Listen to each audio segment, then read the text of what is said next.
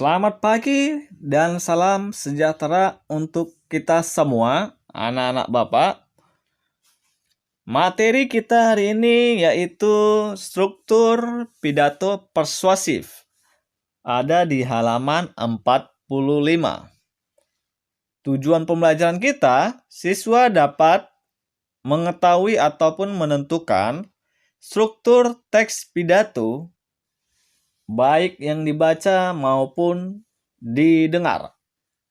Sebelum kita memulai pembelajaran, mari kita berdoa menurut agama dan kepercayaan kita masing-masing. Berdoa dimulai. Berdoa selesai. Pada halaman 45, coba baca struktur isi pidato persuasif yang berwarna kuning. Saya tunggu sekitar 3 menit.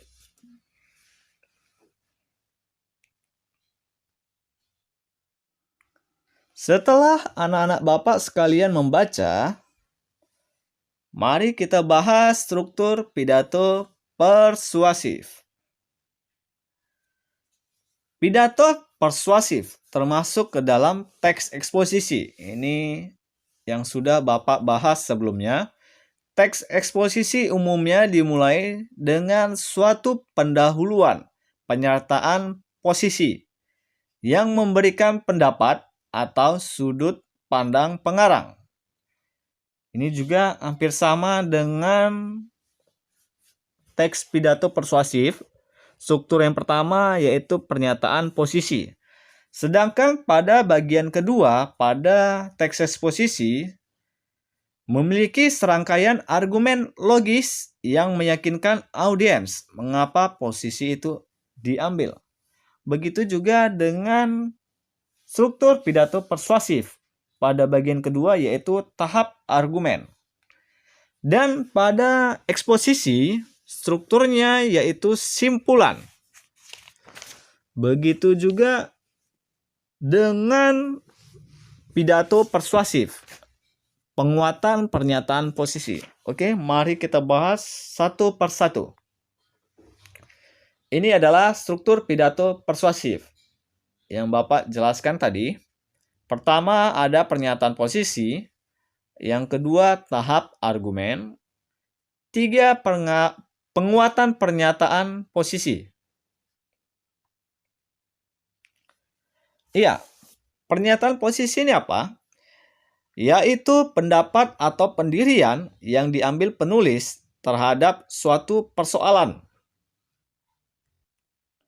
Nah, artinya di sini bagaimana posisi kita pada masalah yang kita angkat dalam pidato persuasif. Nah, misalnya apakah posisimu terhadap persoalan remaja dan bela negara? Persoalan remaja dan bela negara ini adalah contoh masalah atau pidato yang mau kita angkat.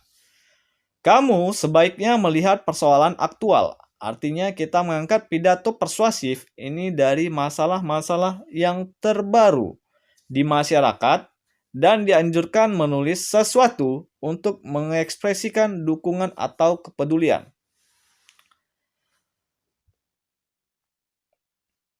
B. Tahap argumen. Argumen yang dimaksud di sini adalah pendapat.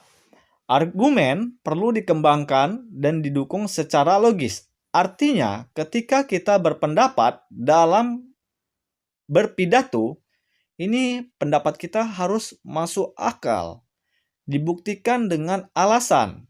Jadi tidak hanya serta-merta pendapat kita sendiri, harus juga disertai dengan contoh-contoh, bukti pakar, dan informasi statistik. Nah, apa fungsinya? Agar pendapat kita atau argumen kita dapat diterima oleh masyarakat.